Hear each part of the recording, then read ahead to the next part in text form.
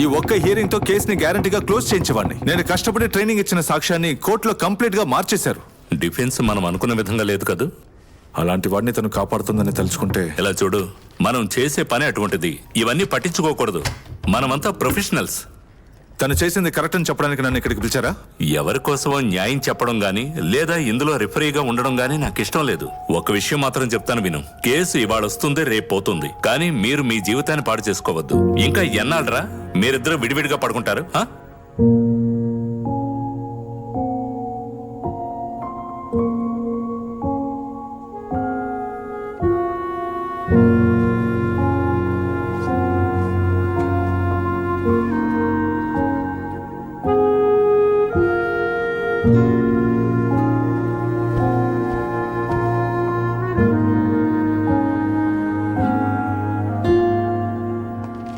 నేరం మోపబడిన గౌతమ్ ముందుకు రావాలి.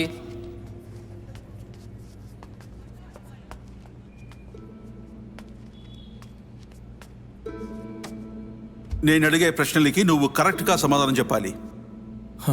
ఇంట్రాగేషన్లో మిమ్మల్ని అడిగిన ప్రశ్నలు అర్థమయ్యాయా? అర్థమయ్యాయి. ఈ కేసులో విక్టిమ్ మీరు ప్రేమికులా? ఈ కేసులో విక్టిమ్ మీరు ప్రేమికులా? విక్టిమ్ ని పెళ్లి చేసుకుంటానని మాటిచ్చారా? 2019 మే 24వ తేదీన ఈ కేసులో చెప్పినట్టుగా మీరిద్దరూ శారీరకంగా కలిసారా?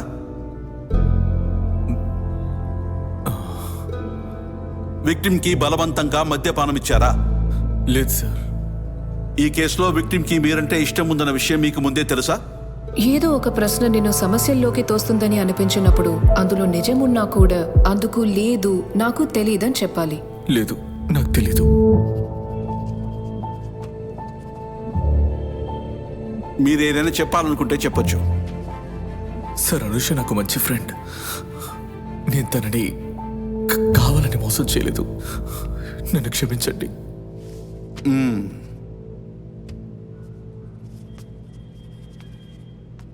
Are you ready for the hearing? Yes, Your Honor. Your Honor, నేను నా క్లయింట్ని ఫస్ట్ టైం కలిసినప్పుడు తను నన్ను ఒక్క ప్రశ్న మాత్రమే అడిగింది. నేను తన్ని ప్రేమిస్తున్నానని తెలుసు కూడా తనకెందుకు ఇలా చేయాలనిపించింది అని. గౌతమ్ అనుషాన్ని పెళ్లి చేసుకుంటానని మాట ఇచ్చాడా లేదా? అసలు వాళ్ళిద్దరూ నిజమైన ప్రేమికులేనా లేదా స్నేహితులేనా అని మనకి కన్ఫ్యూషన్స్ ఉన్నాయి. తను నన్ను అడిగిన ప్రశ్న నాకింకా వినిపిస్తూనే ఉంది. ప్రశ్నకి సమాధానం ఇవ్వాల్సింది కోర్టు కాదు, గౌతమ్ మనసాక్షి మాత్రమే. మనసాక్షి చనిపోయినప్పుడే చట్టం దగ్గరికి రావాలి. ఈరోజు ఆ చట్టం ముందు గౌతమ్ నేరస్తుడు. ఐపీసీ 415, 375 సెక్షన్ ప్రకారం గౌతమ్ చేసింది క్షమించరాని నేరం. యువర్ ఆనర్, ఈ కేసు గురించి న్యాయస్థానానికి ఒకటి చెప్పాలనుకుంటున్నాను. ఈ కేసుకి ఇచ్చే తీర్పు ఏదైనా సరే భవిష్యత్తులో సమాజంపై దాని ప్రభావం అయితే ఉంటుంది. చట్టం అందరినీ సురక్షితంగా చూసుకున్నా సరే ఈ సమాజంలో మోసపోయే ఆడవాళ్ల సంఖ్య మనకి తెలియకుండానే ప్రతిరోజు పెరుగుతూ ఉంది. కానీ వాళ్ళలో చాలా మంది న్యాయం కోసం పోరాడడానికి ఆలోచిస్తున్నారు. అందుకు ఎన్నో కారణాలు ఉండొచ్చు. ఈ తీర్పు ఆ కారణాల్లో ఒకటి కాకూడదు. కాబట్టి in the name of Anusha and many other Anushas, I request the Honorable Court to convict the accused for the offences charged and award him the maximum sentence prescribed for the same.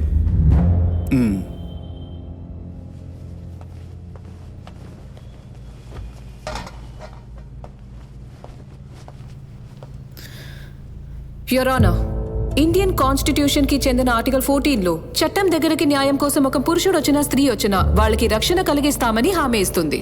కానీ మన సమాజం మాత్రం హామీ ఇవ్వడం లేదు. ఉదాహరణకి, sex is not a promise అని ఒక స్త్రీ చెప్పినప్పుడు ప్రజలు దాన్ని మెచ్చుకున్నారు. అదే మాట ఒక పురుషుడు చెప్పుంటే? నిజానికి ఈ కేసులో ఇదే ముఖ్యమైన పాయింట్ యువర్ ఆనర్. నా క్లయింట్ ని ఈ సమాజం ముందు ఒక నేరస్తుడిని ముద్ర వేస్తున్నప్పుడు పురుషులకి స్త్రీలకి చట్టం ఒక్కటే అయితే నా క్లయింట్ అంత పెద్ద తప్పేమీ చేయలేదు యువర్ ఆనర్. ఎందుకు పక్షపాతం చూపిస్తున్నారు? ఇద్దరు వ్యక్తులు ఒకే ఆలోచనతోటి ఒకే విషయం చేసినప్పుడు అందులో ఒక వ్యక్తి చేసిందే తప్పని ఎలా అంటున్నారు? యువర్ ఆనర్, నేనొక ఫెమినిస్ట్ ని. ఆ అర్థానికి తగినట్టుగా ఒక్కొక్క మనిషికి, అదొక పురుషుడైనా స్త్రీ అయినా ఏ జెండర్ అయినా సరే, ప్రతి ఒక్కరిని ఒకేలా చూడాలన్నదే నా ఆశ.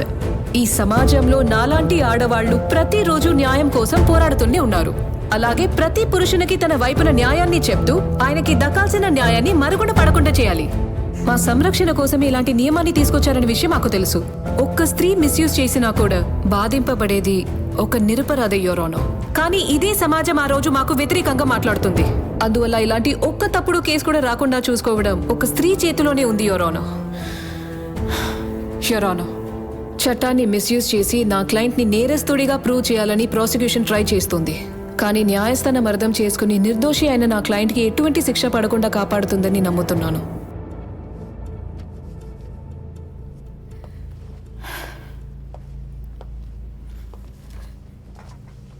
The case is taken for orders. Orders will be pronounced on November 4th. SC 192/16.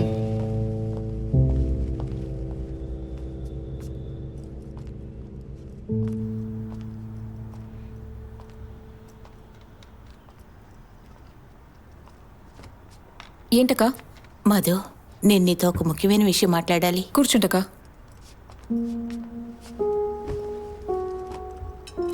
Madhu, నీకు ఎబిన్కి మధ్యనున్న ఇగో అది కోర్టు మధ్య మాత్రమే అని నాకు మొదటి నుంచి అనిపించట్లేదు. కానీ ఇంతవరకు నేను దాని గురించి మాట్లాడకపోవడం నా స్వార్థమనే చెప్పాలి. మీరలా అనుకోవాల్సిన అవసరం లేదు. మధు, గౌతమ్ తప్పు చేశాడా లేదా అనేది నాకు తెలియదు. తెలుసుకోవాల్సిన అవసరం లేదు. నేను తన అక్కని, నేను తన్ని ప్రొటెక్ట్ చేసే తీరాలి. అలా చూస్తే మనమంతా స్వార్థపరులమే. అలాగే ఉండాలి. కానీ దానివల్ల నీ జీవితం బాధపడితే జీవితాంతం నన్ను నేను క్షమించుకోలేను. నా తమ్ముడిని కాపాడడం కోసం నీ జీవితాన్ని పాడు చేసుకోవడం అది మూర్ఖత్వం. కేసు అయిపోయింది. ఇక నీ గురించి ఆలోచించు.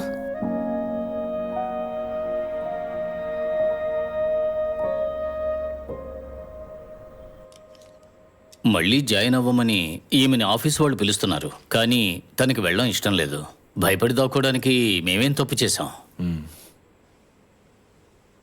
ఈ కేసు తీర్పుని ముందుగానే మనం తెలుసుకోగలమా? మాక్సిమం మన వల్ల అయిందంతా ట్రై చేసాం. ఇక జడ్జే డెసిషన్ తీసుకోవాలి. Let's hope for the best.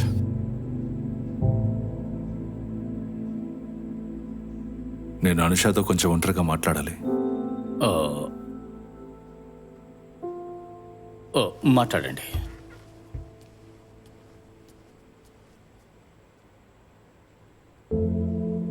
తీర్పు గురించి ఆలోచించి టెన్షన్ పడుతున్నావా? ఇందులో మన ఇద్దరికి సిమిలారిటీ ఉంది. మనం ఎవరినైతే ఎక్కువగా ఇష్టపడుతున్నామో వాళ్ళనే ఓడించడానికి ప్రయత్నిస్తున్నాం. జస్ట్ చెప్తున్నానంతే. నేను ఎలాగైనా ఈ కేసులో గెలవాలి. అప్పుడే నా కెరీర్ ఎఫెక్ట్ అవ్వదు. మాధవి పరిస్థితి అంతే, నాకు తెలుసు. కానీ ఈ కేసులో నేను అనుకోని విధంగా ఏదైనా జరిగిందంటే అది సేరా మాట మార్చడం. హియరింగ్ జరగక ముందు మాధవి టెన్షన్ పడ్డం నేను గమనించాను. సేరా మాట మార్చడంతో మాధవి షాక్ అవడం కూడా నేను చూశాను. అడ్వకేట్స్గా మేము సమాధానం గురించి కాదు, మాకు కావాల్సిన సమాధానం రాబట్టుకోవడం కోసం ఎలాంటి ప్రశ్న అడగాలో ఆలోచిస్తూ ఉంటాం. So what is the right question here? సేరా కోర్టులో ఎందుకు మాట మార్చిందనా, లేదా ఎవరు చెప్పడం వల్ల సేరా మాట మార్చిందని మనం తెలుసుకోవడం ముఖ్యం. నేను నిన్ను జడ్జ్ చేయడం లేదు. నిజానికి నాకు అవసరం కూడా లేదు, ఎందుకంటే నువ్వు నా క్లయింట్వి. బట్ నాకు కొన్ని విషయాలకి క్లారిటీ కావాలి. ఆ రోజు ఈ కేసుని వాపస్ తీసుకోగలమని అడిగావు కదా, ఎందుకని అడిగా? గౌతమ్కి ఎన్నేళ్ళు శిక్ష పడుతుందని అడిగావు. ఎందుకు అడిగావో చెప్పు. నాకు తెలియదు. ఎందుకు అలా అడిగానో నాకే తెలియదు. వాడు నన్ను పెళ్లి చేసుకోను అని అన్నప్పుడు నేను వాడి కాళ్ళు పట్టుకుని బతమలాడాను. కానీ వాడు నా మాటలు అసలు పట్టించుకోలేదు. ఆ రోజు వాడి మీద నాకు చాలా కోపం వచ్చింది. వాడు నన్ను చీట్ చేశాడని మా నాన్న కేసు పెట్టమని చెప్పినప్పుడు నేను ఇంకేమీ ఆలోచించలేదు. మొదటి నుండి వాడు నన్ను అర్థం చేసుకోలేదని నాకు తెలుసు. కానీ నేను నా మనసులో ఏముందో ఇంకాస్త క్లియర్గా వాడితో చెప్పుంటే లేదా అంతా అయ్యాక కాస్త టైం తీసుకుని మేమిద్దరం మాట్లాడుకుని ఉంటే ఈ విధంగా నాకేం చెప్పాలో తెలియడం లేదు. ఈ కేసులో మీరు గెలిచారంటే ఆపోజిట్ సైడ్ లో ఉండేది మీ భార్య కదా. తను బాధపడడం చూస్తూ ఎన్నాళ్ళని మీరు సంతోషంగా ఉండగలరు? అలాంటి బాధే నాకు ఉంటుంది. నేను చెప్పాననే సేర వాగ్మూలాన్ని మార్చింది. I'm sorry, I'm really sorry.